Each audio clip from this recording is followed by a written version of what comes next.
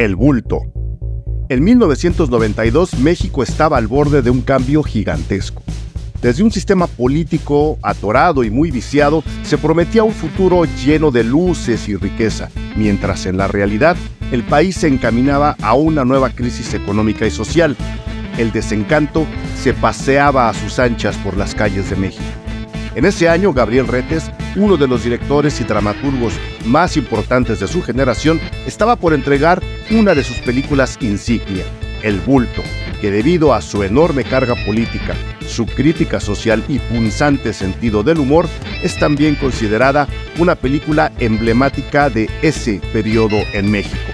El bulto relata el renacer de Lauro, un periodista comprometido y combativo, interpretado por el propio Gabriel Retes, que tras ser atacado en el Halconazo, esa violenta represión estatal sobre un grupo de estudiantes en manifestación ocurrida en 1971, cae en coma para despertar 20 años después y encontrarse con un mundo completamente transformado y al que no puede reconocer. Hoy, con el país al borde de otros cambios, creemos que es buena idea reflexionar nuestros tiempos desde una película como esta. Por eso, invitamos a este podcast a Gabriela Román Mérida, promotora, investigadora y divulgadora del cine mexicano, gestora y promotora cultural. Revisemos entonces El bulto. De eso trata este episodio. Yo soy Eric Estrada, esto es Cine Garage, aquí cabe todo el cine.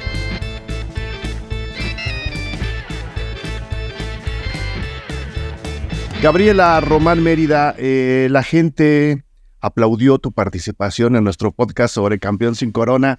La gente alabó tu trabajo, tu conocimiento. La gente te pidió de vuelta y pues voy a abusar de ti. Te traigo de vuelta al podcast Cine Garage. Bienvenida nuevamente a nuestros micrófonos, Gaby. Hola, Eric. Gracias por la invitación. Qué emoción y me da mucho gusto que haya sido bien aceptado el podcast de Campeón sin Corona. Disfruté mucho hacerlo, así que estoy segura de que esta no va a ser la excepción, también la vamos a pasar muy chido hablando de El bulto.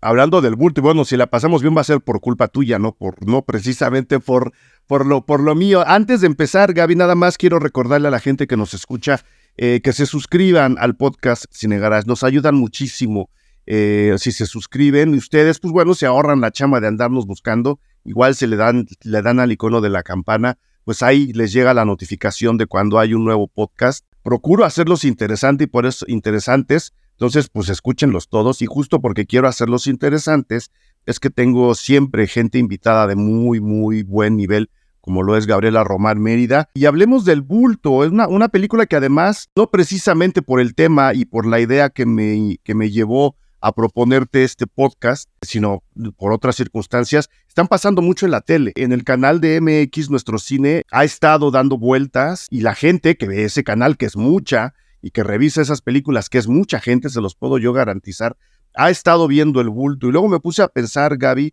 como te decía antes de abrir los micrófonos, que los cambios a los que está llegando México, el mundo en general, ¿no? Porque además los cambios en los 90 eran mundiales, los cambios a los que se aproxima ahora México, unos completamente luminosos, otros también que tienen un sentido ominoso, oscuro, es un futuro incierto para el planeta. Creo que nos dan chance de reflexionar sobre los cambios que veía, que entendía, que quería debatir una película como El bulto de Gabriel Retes, uno de los directores más importantes del cine mexicano en general, más importantes de su generación en particular. Estamos hablando de la gente que empezó a hacer cine en los 70, esta generación de superocheros, como se les conoce, ¿no? Mucha gente que trabajó en el formato Super 8 para hacer, para contar, para transmitir sus inquietudes, y que en los años 90 era un realizador, un dramaturgo, un actor,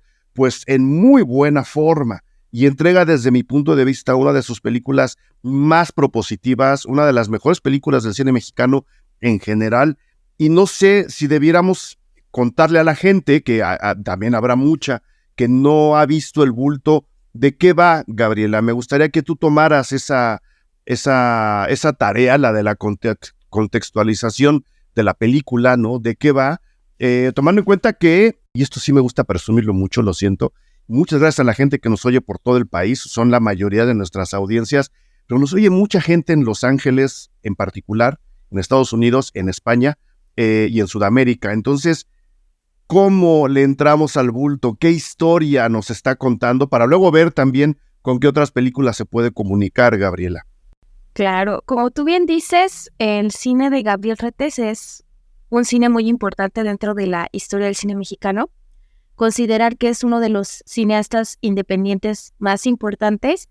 En ese sentido también apelar un poquito a los formatos que utilizó, ¿no? Pensar en el cine de Super 8 siempre nos remite también a Gabriel Retes, a esta generación de cineastas que estaba involucrándose con nuevos formatos, con formatos que incluso se relacionan más con el cine independiente, ¿no? Pues sí, así pensar como en este cine que está fuera de una industria y que incluso se hace a partir de, pues, de relaciones amistosas. Creo que eso tiene mucho el cine de Gabriel Retes, ¿no? Relaciones amistosas, relaciones familiares. Quienes conocemos más a fondo su filmografía sabemos que siempre participó de la mano de, pues, de su familia, sus parejas sentimentales, su madre, el apoyo también de su padre como productor, Ignacio Retes, que... Es una familia entregada a la dramaturgia, ¿no? Al teatro, al cine. Es una familia que ha trabajado ahí todo el tiempo. Totalmente. Y de hecho, quienes ya hayan visto El Bulto o quienes no lo han visto cuando lo vean, se van a dar cuenta de eso, ¿no? De que hay ciertas similitudes en la forma de representación familiar, porque ahí nos pone Gabriel Retes a una familia que está totalmente en relación con las bellas artes, con las letras, con la música, con el cine. Entonces, la forma de representación de la familia en El Bulto no es gratuita, ¿no? O sea, está totalmente pegada a esta forma de concebir la vida y las historias que tenía Gabriel Retes. Y bueno, creo que es muy importante hablar del Bulto porque siento que es de esas películas que de repente olvidamos que ya tienen más de 20 años. Sí. que son películas que se siguen viendo, que se siguen poniendo en la televisión, que a veces se siguen proyectando, porque pues ya tenemos la versión restaurada del Bulto y hay ocasiones en las que se proyecta restaurada, otras en las que no. Ya tuve yo la fortuna de verla en Cineteca. No vi la versión restaurada, lamentablemente, pero espero que en algún momento pueda hacerlo. Pero a eso voy, ¿no? Creo que es una película que todavía da mucho de qué hablar. Es de esas películas efeméride, además. Siento que cuando se acerca la fecha del halconazo, sí, debe haber por ahí alguna publicación, algún podcast, alguna proyección de conmemoración, tratándose de este acontecimiento político tan importante que ha marcado la historia, ¿no? Del México contemporáneo y que sigue dando de qué hablar. Claro. Que sigue dando de qué hablar porque la lucha social siempre ha estado ahí, los movimientos sociales son parte de nuestra vida, nunca se quedó dormida esa parte, ¿no? Que de repente podríamos pensar en el bulto de eso, ¿no? Del México, porque he visto muchas reseñas y muchas críticas que hablan de eso, ¿no? Del México que se quedó dormido. Y no, digo, creo que Lauro, bueno, ahorita vamos a eso, ¿no? A la sinopsis, pero creo que Lauro, como personaje tan complejo que es, nos muestra eso, que a pesar de que la película podría hacer énfasis en esta metáfora del dormir. Va más allá, ¿no? Sí, claro, y que es un país en constante actividad, en constante transformación, en constantes cambios, pero también un país de continuidades, ¿no? O sea, no podemos dejar también de lado eso, como cualquier otro país, como cualquier otro lugar en la historia del mundo. Entonces, pues, de forma resumida, esta película pues se relaciona mucho justo con el halconazo porque es como la circunstancia que desencadena el relato, ¿no? La circunstancia que desencadena esta gran historia con un gran guión hecho por el mismo Gabriel Retes, por Lourdes Elizarrarás y también por Gabriela Retes. Entonces es un gran...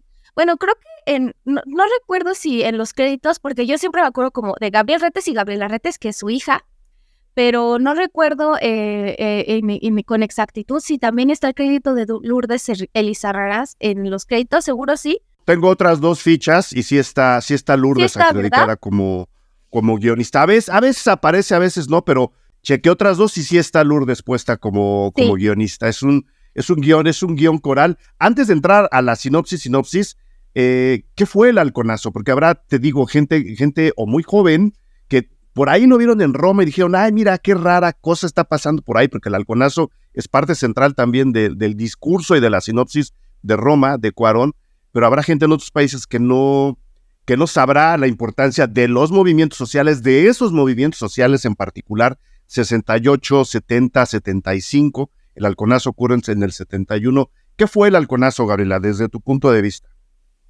Sí, bueno, el halconazo fue un acontecimiento político de opresión que ocurrió en 1971, que tiene mucha relación con estos, con este contexto político muy potente del gobierno de Luis Echeverría, ¿no?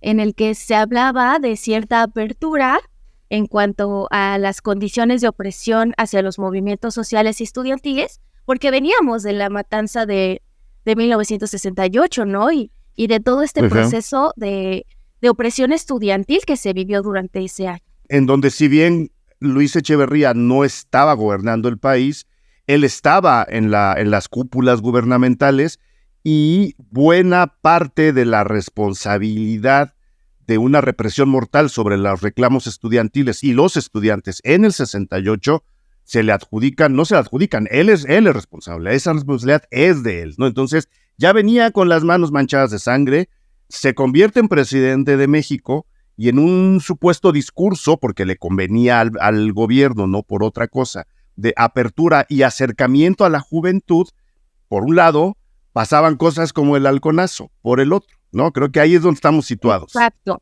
Es este proceso de continuidad, de sexenio a sexenio, en el que incluso todavía cuando llega Luis Echeverría al poder, había muchos presos políticos, y las promesas de su gobierno eran esas, ¿no? O sea, dar libertad a los presos políticos, cambiar toda esta política de opresión, porque él hablaba de yo no voy a ser igual, ¿no? Que mi antecesor, vamos a cambiar las cosas. Ajá. Que de hecho tiene mucha relación con la industria cinematográfica, ¿no? Porque pues sabemos que Luis Echeverría, pues desde su propia trinchera, logró como tomar al cine como ese medio discursivo, o sea, ese discurso político para hablar de esa apertura de la que ya muy bien mencionabas, ¿no, Eric? Entonces, pues, ¿qué pasó? Se habla del halconazo como la matanza del 10 de junio o la matanza del jueves de Corpus, ¿no?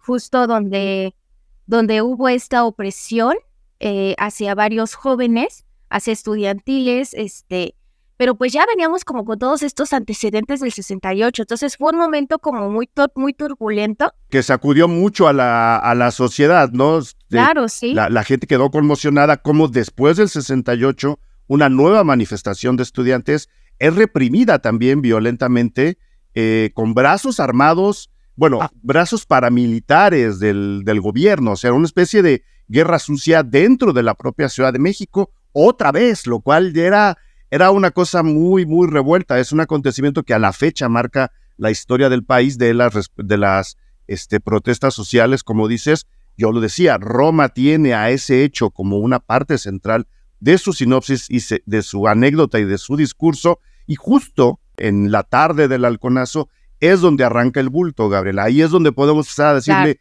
de qué va la película. Ahí es con el halconazo en pantalla, con una representación del halconazo, es justo como empieza el bulto de Gabriel Retes.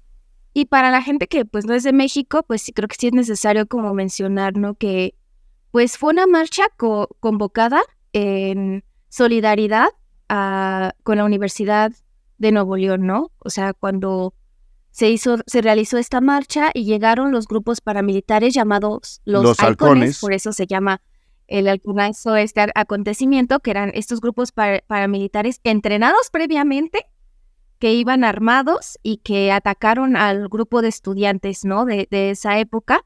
Entonces, pues sí, de eso ya, pues es importante también como mencionar un poquito este contexto. Eran palos de bambú, ¿no? Los que tenían los halcones, y con esos atacaron a los estudiantes. Y justo, pues, la película de El Bulto se desenvuelve a partir de este acontecimiento. La primera secuencia es una puesta en escena de una recreación del ataque hacia los estudiantes, en el que Lauro, que es el protagonista de esta película, está implicado porque él era periodista, estaba tratando de cubrir el acontecimiento, y al cubrir el acontecimiento, él recibe un macanazo de parte de este grupo paramilitar llamado Los Halcones y queda inconsciente. Al quedar inconsciente, entra a un estado de coma durante 20 años.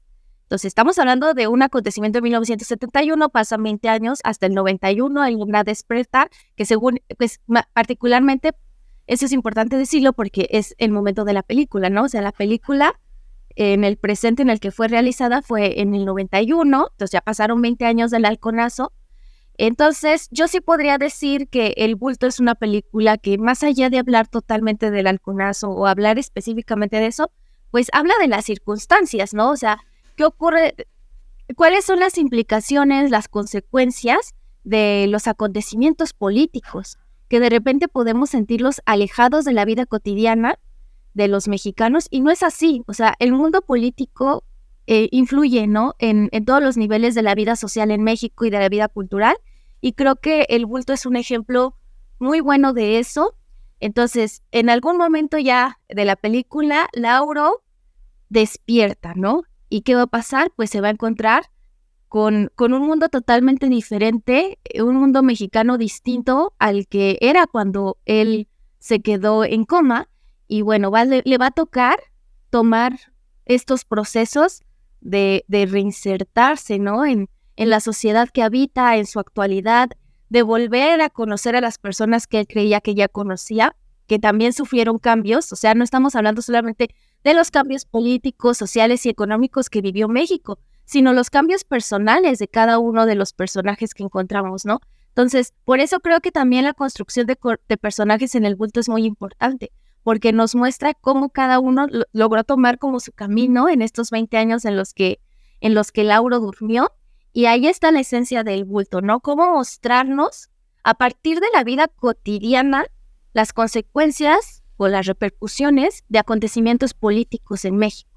Lauro queda en coma a los 20 años, ¿no? Y despierta 20 años después, físicamente muy deteriorado, pero su mente sigue teniendo 20 años. Número uno, ¿no? Es como un punto muy importante a considerar, porque cuando despierta, sus hijos también están en los 20 pero ellos sí han vivido este proceso de transformación de México y del mundo. O sea, vamos a tratar de entender que si bien México se transforma, México era algo muy, muy distinto antes del 88, del 89, que es cuando entra Carlos Salinas de Gortari a gobernar el país, que vendiéndole un futuro de bonanza a los mexicanos, empieza a privatizar todo lo que se podía, ¿no? O sea, de arriba abajo. Y los remito al podcast que hice con Sergio Huidobro sobre el año 94 y cómo a través de estas privatizaciones el cine mexicano queda trastocado entonces y a la fecha. O sea, no nos hemos podido recuperar, y de hecho se adquieren muchas deudas en esos años que todavía estamos pagando ahora. O sea, fue un proceso muy trágico y muy costoso en lo social y en lo económico. Entonces, este hombre que luchaba por una transformación del país, no ve la transformación, la vive, pero resulta que no es la transformación que él quiere, ¿no? El mundo en realidad ha ido a peor, pero su familia está como adaptada al cambio, como encontrando su lugar, y en este choque, como dices, a través de la vida familiar, de conocer a sus hijos, de empezar a conocer nuevamente a su mujer, ¿no? De encontrarse en un mundo distinto, el que no encuentra el sitio es él, y en estos roces es donde está la crítica social y la reflexión alrededor de la realidad mexicana. Pero me gusta mucho que lo digas, está todo puesto a nivel de lo cotidiano, ¿no? Del día a día de estos. Él no quiere volver a ser un luchador social, no puede, está en silla de ruedas, pero con las pláticas con la gente, con su madre, nos vamos dando cuenta de estos procesos de cambio y de la enorme repercusión que han tenido las acciones de los políticos justo en la vida cotidiana de los mexicanos. Y nos enfrentamos, a partir de esta construcción de personajes, a los diferentes niveles generacionales. Porque bien tenemos a Lauro, este cuarentón que está como recobrando su vida, pero también vemos a su madre, ¿no? Desde otra visión, una visión femenina, una visión igual proteccionista, ¿no? Como tratando también de entender ese mundo al que su hijo se está enfrentando. Y a mí me encanta mucho cómo se construyen los personajes en el bulto, porque incluso la mamá, que es la mamá de Gabriel Retes en la vida real, era la mamá de Gabriel Retes, pues pareciera una abuela muy moderna también, ¿no? Una abuela que comunica perfectamente con sus nietos, que entiende, ¿no? Que tiene su propia vida, sus propios gustos, una abuela consentidora. Entonces, desde ahí también vemos cómo El Bulto es una película que rompe también con ciertos esquemas de representación, tanto de las mujeres como de las mujeres adultas mayores, ¿no? O sea, en general, como que hay una forma de representación distinta.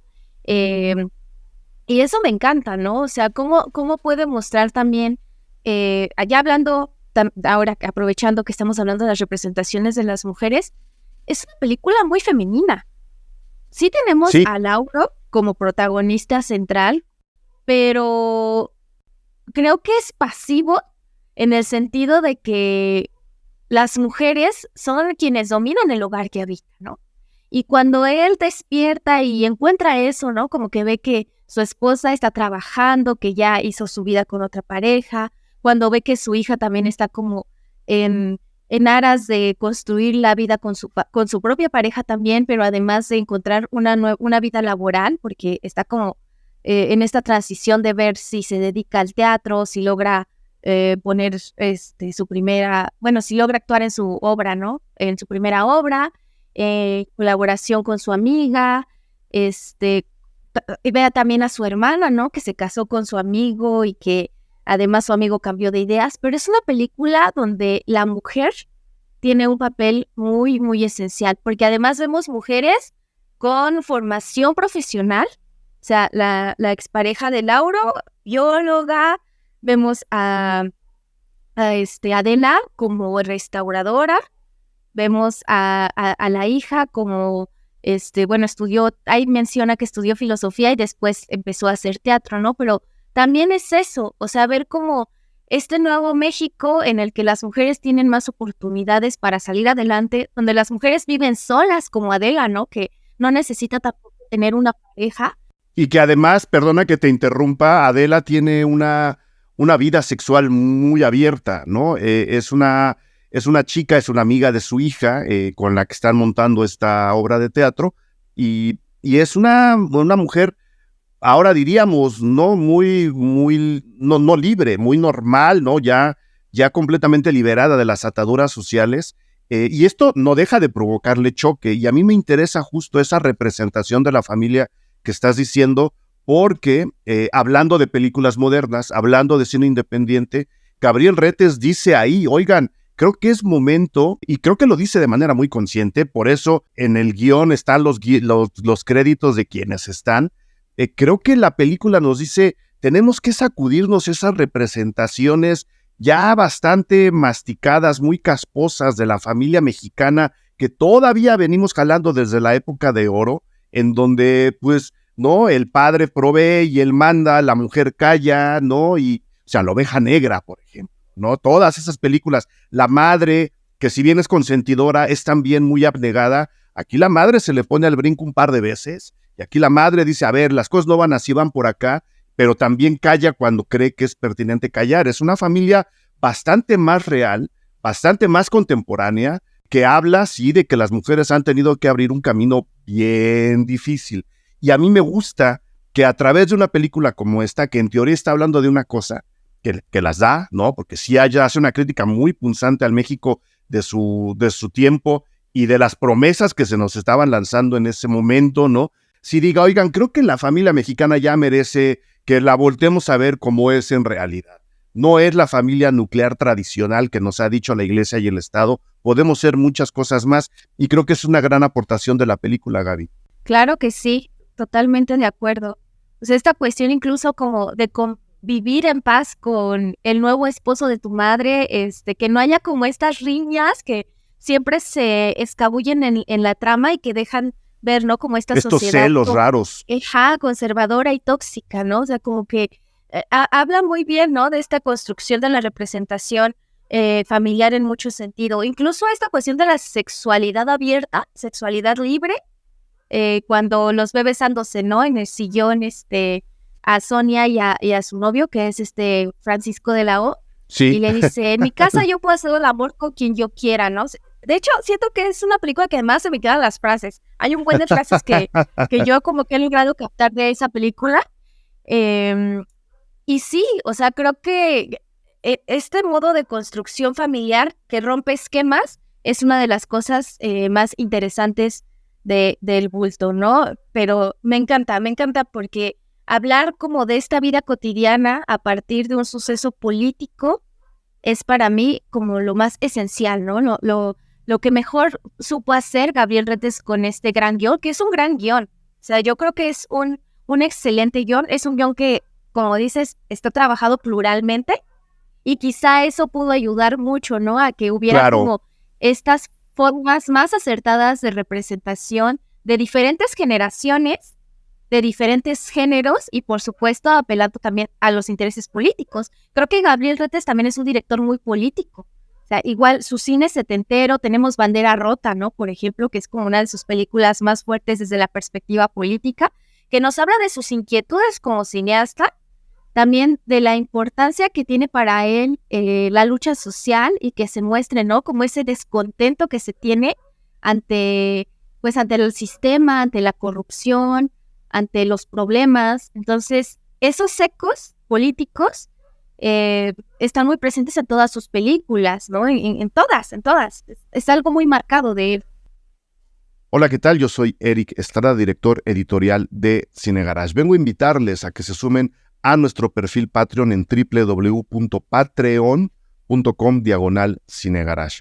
Cuando ustedes se dirijan a esa dirección y elijan el nivel de suscripción que quieren obtener, eso les dará acceso a todo el contenido que ya tenemos ahí para ustedes, dependiendo, por supuesto, de su nivel de suscripción.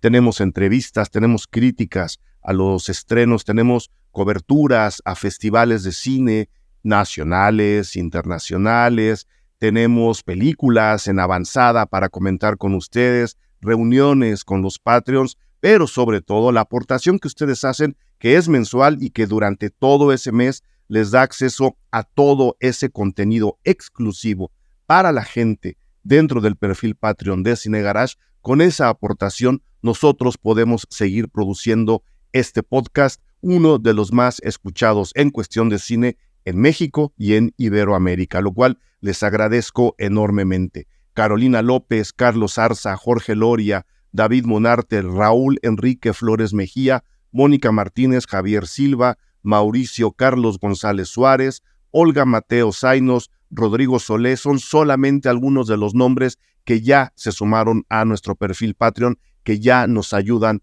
a mantener a este podcast vivo y que por supuesto ya gozan de todo el contenido exclusivo que ya tenemos ahí, que seguiremos generando y que ahora además van a poder encontrar en una serie de colecciones que estamos armando para ustedes, es decir, películas críticas a las películas de cine de horror, cine de acción, cine mexicano. Vamos a ir moviendo ahí nuestras colecciones para que ustedes también las puedan comprar, incluso si no quieren sumarse al perfil Patreon, pero al hacerlo, repito, nos ayudan a mantener a este podcast vivo. Suscríbanse, disfruten de ese contenido exclusivo, vengan a las pláticas que tenemos entre nosotros. Los esperamos en www.patreon.com/cinegarage. Gracias. Pues entonces hablemos un poquito más a profundidad del guión, si te parece, Gabriela, porque como decíamos hace rato, todo gira en derredor del propio Lauro, que repito, es un joven encerrado en un cuerpo bastante más maduro, que además está muy deteriorado, tampoco es un hombre de 40 y tantos, digamos, que se pueda valer por sí mismo, ha estado en coma 20 años, tiene que estar en una silla de ruedas, pero alrededor, y tomando en cuenta lo que cambió el mundo, imagínense que ustedes, como en la película, que además te lo decía yo, esta es una película, El Bulto, es una película previa a la muy famosa Adiós a Lenin, de Wolfgang Becker, que planteaba un escenario parecido, ¿no? Donde una madre es protegida por sus hijos para que ella no se entere de que pues el muro ha caído y el mundo es diferente. Pues acá este pobre hombre se entera de golpe que el muro cayó y que el mundo por el que él estaba peleando, ya ni siquiera tiene un enemigo claro, ¿no? Como que se le va el objetivo, como que se le nubla el foco y tiene que encontrarle sentido a su vida, mientras tiene que reconfigurar en su propia idea a su propia familia, a sus amigos, porque creo que los amigos también son importantes, los amigos de batalla, de lucha social, como decías, que le van diciendo, no, pues es que eso ya no se puede, no, pues es que ahora soy así. Creo que el choque con la realidad a través de su día a día está estupendamente trabajado en el guión, Gabriela. Digo, ya nos dijiste por qué te parece un buen guión, me gustaría que profundizaras un poquito más, incluso con las frases que se te han quedado pegadas de la película, que como dices, deben ser muchas. Es que es una forma de inmiscuir lo político en charlas de la vida diaria. O sea, todo el tiempo estamos viendo referencias de la inflación, de la crisis económica, de momentos clave, por ejemplo, es esta secuencia en la que lo visitan sus amigos y le comienzan a contar cosas para actualizarlo, ¿no? Para decirle, pasó eso, pasó esto, pasó esto. Me parece una maravilla, ¿no? Porque justo ahí te pone como totalmente frente a esta situación. Es como si te pusieras en los pies del Lauro, ¿no? Y sí, estás escuchando cómo las personas comienzan a decirte cómo este mundo ha cambiado, cómo se ha transformado México, qué ha pasado. Además, en un contexto de un sistema capitalista avasallador, ¿no? Porque parecería que justo estas esperanzas de la década de los 70, con todo y sus luchas sociales, pues se destruyen de repente, claro. ¿no? Se caen, porque estás enfrentando a este mundo en el que el capitalismo está dominando por completo, donde las televisoras son muy fuertes, donde la industria es muy fuerte, donde los tratados están comenzando como a meterse, ¿no? Dentro de la vida, porque pues están ocurriendo cosas, como el Tratado de Libre Comercio, ¿no? Entonces la economía también muestra estas complejidades sin ser necesariamente un guión payasón, mamón, no. O sea, son pláticas del día a día que tú puedes tener con tus amigos, que puedes tener con tu madre. Incluso vemos a Lauro platicando con su madre, ¿no? Sobre estas cuestiones. Y eso es yo creo que lo más acertado que pudo haber hecho Gabriel Retes y sus co-guionistas, ¿no? Como que tratar de meter esta parte, esta parte más política, más social, a partir de pláticas muy cotidianas y muy ligeras, que incluso en momentos se sienten muy cómicas. No es un guión panfletario, ¿no? No es un guión que nos esté lanzando consignas todo el tiempo. Las consignas las trae Lauro adentro, se le quedaron cuando lo metieron en coma, pero van saliendo en un tono de comedia bien grato. O sea, hay momentos muy tensos en la película, no lo vamos a negar, pero creo que el otro acierto gigantesco que tiene tanto esta como Adiós a Lenin, yo la dejo ahí como reflexión. Estamos hablando de una película de 10 años antes, ¿no? De aquella. Están en un tono de comedia muy cercano, muy poco escandaloso, ¿no? Es como cuando cotorreas con tu gente en la cantina. No estás abusando de nadie, todo mundo está en el mismo canal, cada quien lanza sus inquietudes políticas, pero todo es hasta cierto punto muy cordial, que creo que es el otro enorme acierto del guión. No quiere lanzando enormes críticas al gobierno de su época, porque no solo las merecía, las merece, ¿no? O sea, son de los peores gobiernos que hemos tenido en el mundo, lanzando esas enormes críticas.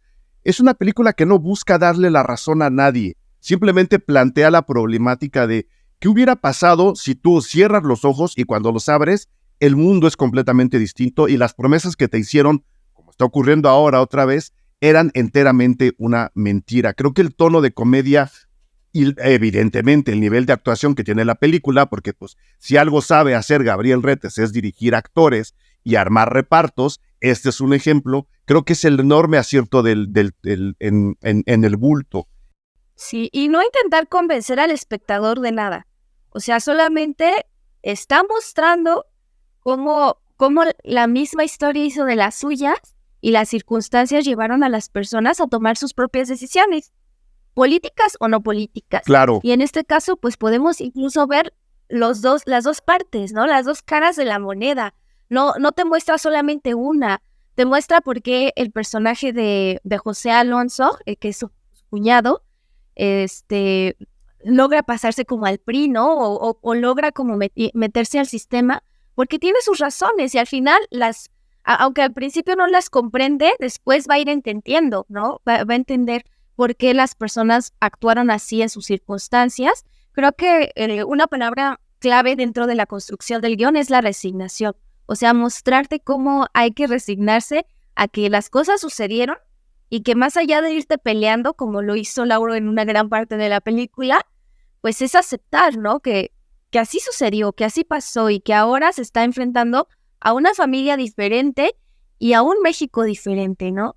Y eso es lo genial. Y al final, pues sí termina pasando eso, ¿no? O sea, es una película que lleva al personaje por ese proceso, por esos momentos como de... Hay matices, ¿no? También no es como que todo el tiempo esté enojado Lauro, hay momentos como que le cae el 20 y vuelve como a caer en esa actitud nefasta, otra vez le vuelve a caer el 20 y otra vez como que cae, pero al igual que él como que empieza a entender a las personas que lo rodean, las personas que lo rodean también intentan entenderlo, ¿no? Como que también se ven metidos es que hay que entender que estuvo 20 años dormido. Entonces, es muy interesante eso también del guión.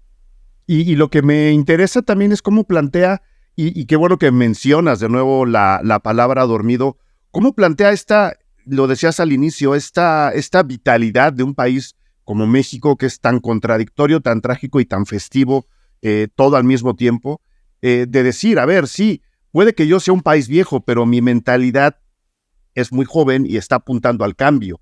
Porque si bien Lauro se resigna en muchos momentos, especialmente hacia el final de la película, a los cambios que no pudo controlar, eso no evita que él quiera tener una mejor realidad. Ya no vamos a hablar de México, vamos a hablar de una mejor realidad y que el futuro sea mejor. Es decir, sí es una película muy revolucionaria en ese sentido. Revolucionaria no en lo cinematográfico, aunque es una película técnicamente impecable, ¿no? Ahí yo creo que ni siquiera habría que meternos porque la película técnicamente es una maravilla. Revolucionaria en el sentido de, a ver, a lo mejor no pudimos controlar los cambios que ahora nos avasallan, que es justo donde está parado Lauro, pero eso no nos va a evitar a seguir pensando que el futuro puede ser mejor para todos. Es decir, que ahora sí planifiquemos un mejor mundo hacia adelante, sin ser tampoco una película falsamente esperanzadora. Dentro de todo es una película muy realista, y yo la pondría así, realista y revolucionaria. Indescriptible por un lado, porque pues no es el dramedy normal, no es un azotón tremendo de todo apesta y que se vaya el mundo al demonio, no es una película tremendamente optimista, pero sí nos dice, oigan, hay que seguir inventando nuestras revoluciones para llegar a un mejor lugar, en tono de comedia, sin salirse de la realidad, ¿no? Yo eso es lo que diría del guión y del tono de la película, Gabriela. Cada personaje desde su trinchera hace lo que puede, ¿no? Porque incluso la hija, al ser actriz y al estar en estos proyectos de teatro, pues trata también de meter como este discurso del medio ambiente, ¿no? O sea... No es una actriz frívola. Exacto. En esta familia hay mucha conciencia social, ¿no? En esta construcción familiar hay mucha conciencia social, pero creo que al final eso nos lleva como a percibir cómo cada quien desde su propio lugar, al que están ya metidos después de tantas circunstancias dentro de, pues, del mundo, ¿no? Político, global, etcétera, pues cada quien desde su trinchera hace algo. O sea, el amigo de Lauro, pues es periodista y al final de cuentas, pues sigue también tratando de defender sus ideas a través del periodismo. Y Lauro comenzará a hacer eso, ¿no? Hacia eso nos lleva la película. Y esa es su trinchera, el escribir, el mostrar sus ideas, el mostrar su historia. Inicia mostrando su historia. Entonces, yo creo que cada quien, dentro de su nivel de vida, pues está tratando de hacer algo. Incluso el diálogo, ¿no? Que tiene con su cuñado ya casi al final es como de, pues, entiéndeme, ¿no? Y le pide disculpas y le dice, pues a pesar de que yo ya estoy en este sistema y trabajo para el gobierno, no quiere decir que sea un total ciego, ¿no? Exacto. Respecto a lo que está pasando. Yo también tengo mis críticas y ahí es cuando se abre el diálogo, ¿no? Cuando se abre el diálogo y ellos comienzan a entender sus razones. Hasta le dicen, ¿no? Lo que le falta es crecer, por ahí se menciona, ¿no? En una de las frases, ¿no? De que tiene razón, tiene. Lo que le falta es crecer.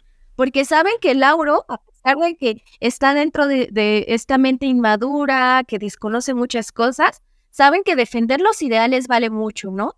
Vale mucho más en un tiempo tan complejo de México, en el que la crisis, en el que la inflación está totalmente muy fuerte, en el que todavía siguen los movimientos sociales, ¿no? Muy presentes. Entonces, defender los ideales, pese a que por alguna razón ya te hayas vendido al sistema, puede ser posible. Creo que lo habla un poco de eso, ¿no? Como de estos matices de los personajes. O sea, Claro. digo, trabajas en el PRI, pero no por eso olvidé por completo lo que ha pasado en la historia de mi país, ¿no?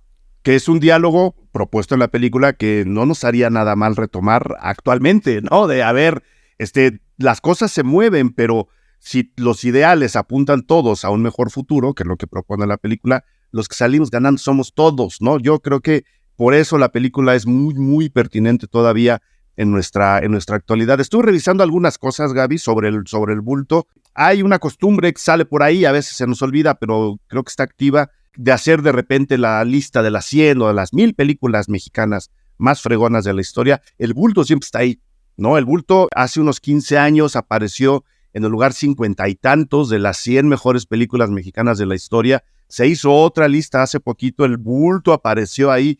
A ti, a nivel de historia de México, ¿qué opinión te merece? Historia del cine de México, del cine mexicano, quiero decir, ¿qué opinión te merece una película como El Bulto, que tomando en cuenta el peso que tiene Gabriel Retes en el mundo artístico mexicano, podría probablemente, no lo sé, ahí está Chinchín el Teporocho, que me gusta mucho, podría ser su mejor película, pero a nivel de historia del cine mexicano, tú que eres especialista, Gaby, ¿qué opinión te merece El Bulto? Voy a ser imparcial porque a mí me encanta. Es una película que yo, pues yo, cuando salió El Bulto yo todavía no nacía, yo nací en el 95, pero mi papá conocía la película y la teníamos en DVD. Uh-huh. Entonces yo crecí viendo esa película, ¿no? Era como esa película que pones un domingo para, a pesar de que ya la viste, la vuelves a poner porque te hace pasar un buen rato.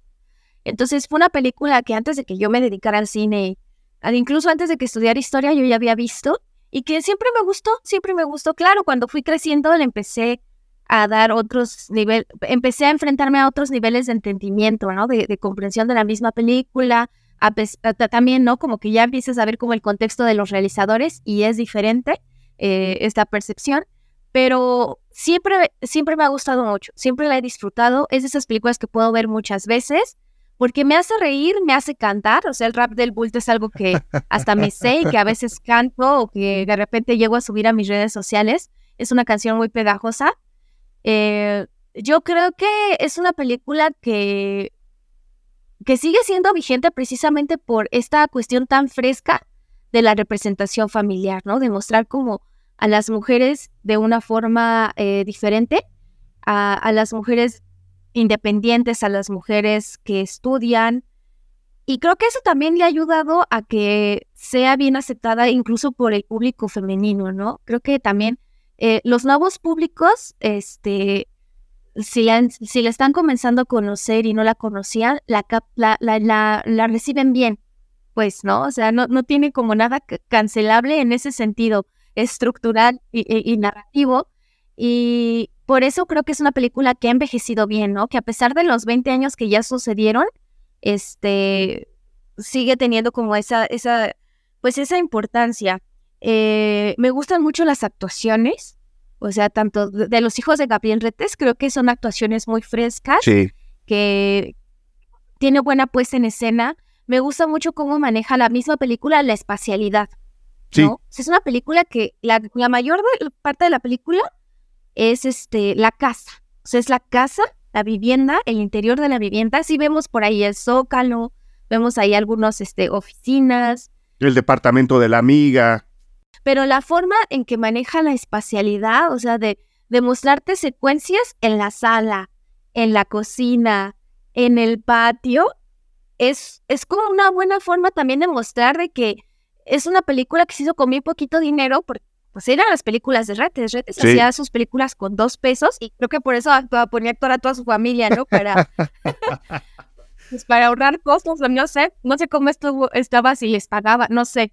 pero siempre he sentido que el cine de Retes, que además lo hacía con su cooperativa, sí tiene mucho ese espíritu, ¿no? Ese espíritu de cooperativa, de hacer un cine colectivo, de construir entre un grupo buscando un producto final, ¿no? O sea, pero habla mucho de eso, ¿no? Como, o sea, se siente el espíritu de la película colectivo, o sea, se siente Sí. un espíritu comunitario.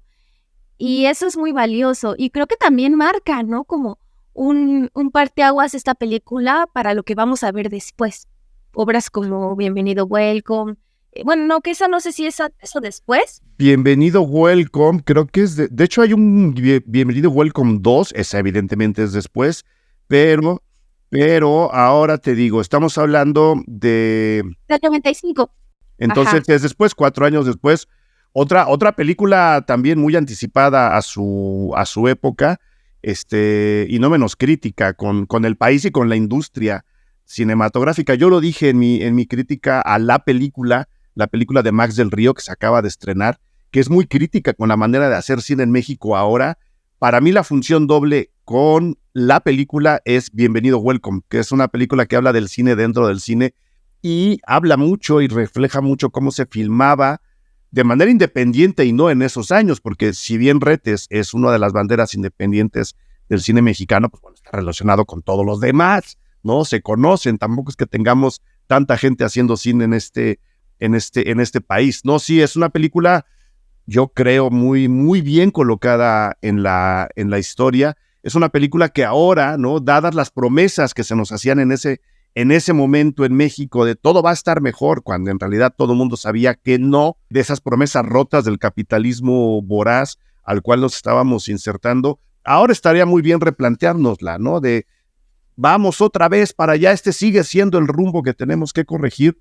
Yo creo que ver cómo un hombre desilusionado como Lauro reacciona ante esas promesas rotas en los 90, ahora, como dices, 20 años después, 30 años después, no estaría mal recapacitar qué promesas se nos están vendiendo en el mundo. No voy a dar nombres, pero bueno, Europa va para allá, Sudamérica va para allá, Estados Unidos decide en un par de meses si van para allá o no.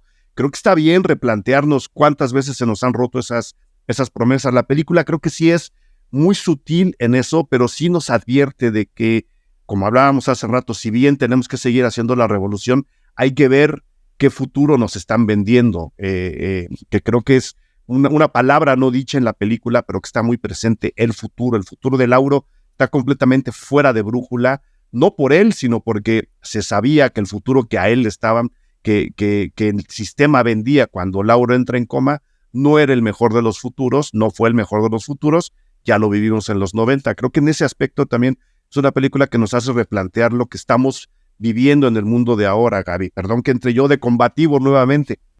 Está muy bien. Y algo que también me gustaría rescatar es como esta combinación de dos tipos de actores y actrices que conviven en esta película, ¿no? Porque, pues sí, tienen como esta participación de la familia de Gabriel Retes, pero también están otros actores ya consolidados, que son estos actores de las nuevas generaciones cinematográficas que los pudimos ver participando en películas en la década de los 70, como Héctor Bonilla, como José Alonso. También tenemos como estos actores que ya él tiene de cabecera, como Luis Felipe Tovar, ¿no? Que lo vimos en La ciudad al desnudo, Bienvenido Welcome. Entonces creo que también la forma de elegir a su cast fue muy apropiada porque de entrada que tengas como actores un poco más conocidos ayuda, ¿no? O sea, Siempre. como que siento que te da como este plus, siempre como un poquito de Star System, pero también un poquito como de este cine independiente, ¿no? En el que vemos a estos actores que están más relacionados con su filmografía en el sentido de que son sus actores de cabecera porque son su familia. Claro. Entonces, eso se puede destacar, ¿no? Y otra cosa que también, o sea, me gustaría también mencionar es como hablar justo de esto que siempre se dice del bulto, ¿no? Se habla como de el México que se durmió al igual que Lauro. Pero no, o sea, incluso yo creo que la película habla de eso, ¿no? De un México en total transformación. Al final de cuentas, los movimientos sociales siempre van a estar ahí, la lucha siempre va a estar ahí, la conciencia social siempre va a estar ahí, ¿no? Ahora tenemos poquita, pero ahí hay todavía, ¿no? Ahí hay todavía. Ahí hay. Y siempre vamos, y no hay que dejar también de lado que pues, estamos hablando también de un tipo de representación familiar muy específico, que es el de la clase media. Que también por ahí hay todavía un poquito. Sí, es una película muy de clase media. O sea, nunca vemos tampoco, no vemos estos contrastes sociales que en muchas otras películas los vemos, aquí no se ven. Uh-huh. Aquí sí vemos muy especialmente a este grupo familiar, ¿no? Que se relaciona con gente de su mismo grupo, de su mismo nivel social y socioeconómico, ¿sí? O sea, son amigos que son también profesionistas, que son periodistas, o sea, es el mismo nivel socioeconómico. Entonces, eso está bien, o sea, yo no tengo problemas con estas representaciones, me parece muy acertado. Y el hecho de ser clase media no les evita tener conciencia social y en consecuencia, ¿no? La hace una clase media muy activa y muy progresista, ¿no? Está perfectamente bien. Pues sí, es un punto muy importante, porque ahora yo creo que, o sea, no sé si voy a decir una tontería, pero si tomamos en cuenta los contenidos que se hacen ahora por influencers, por TikTokers, que pertenecen como a una clase media alta, una clase alta, los llamados whitexicans, sabemos que hay muy poca clase social, muy poca conciencia social, perdón, o nula. O nula, ¿no? Sí. Entonces, en este caso, pues sí podemos ver a una familia que a pesar de que no vive en una condición económica baja, no es indiferente ante las problemáticas que ocurren en el país y que de hecho tienen un pasado rojillo. Sí. O sea, su pasado es... No, un pasado activo. A diferencia de ahora, ¿no? Que los ricos defienden a capa y espada, o las clases medias defienden a capa y espada su postura conservadora y de derecha. Uh-huh.